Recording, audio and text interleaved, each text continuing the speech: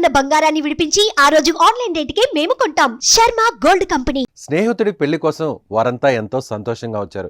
పెళ్లి పందిరిపై సందడి కూడా చేస్తున్నారు. వెరైటీ గిఫ్ట్లు తెచ్చి పెళ్లి కొడుకుతో ఓపెన్ చేయిస్తున్నారు.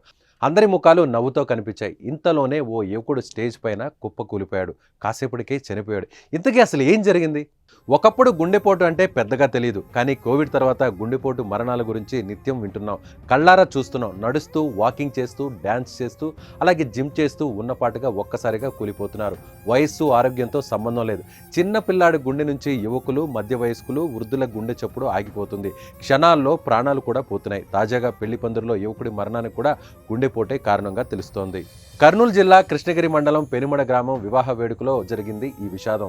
ఒక్కసారి మీరు స్క్రీన్ పై కనిపిస్తున్న ఈ దృశ్యాలను చూడొచ్చు. గిఫ్ట్ గా ఇస్తున్న సమయంలో డోన్ కు చెందిన వంశీకృష్ణ గుండెపోటు గురై పడిపోతున్న విజువల్స్ మనకి క్లియర్ గా కనిపిస్తున్నాయి.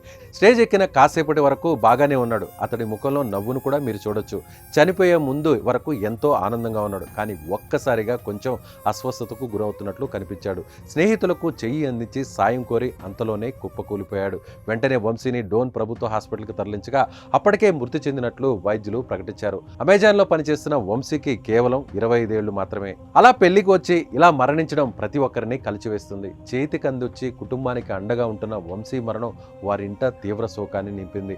అప్పటి వరకు ఎంతో సంతోషంగా ఉన్న స్నేహితుడు కళ్ల ముందే చనిపోవడంతో తోటి స్నేహితులు తట్టుకోలేకపోతున్నారు. ఎప్పుడు వస్తుందో, ఎలా వస్తుందో, ఎవరికి వస్తుందో అసలు ఊహలకు కూడా అందడం లేదు.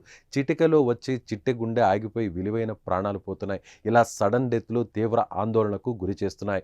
ఎప్పుడు ఎవరిని కోల్పోతున్నామో తెలియడం లేదు. సడన్ డెత్లు కారణం ఏమనుకుంటున్నారో మీ అభిప్రాయాన్ని కామెంట్ రూపంలో తెలియచేయండి.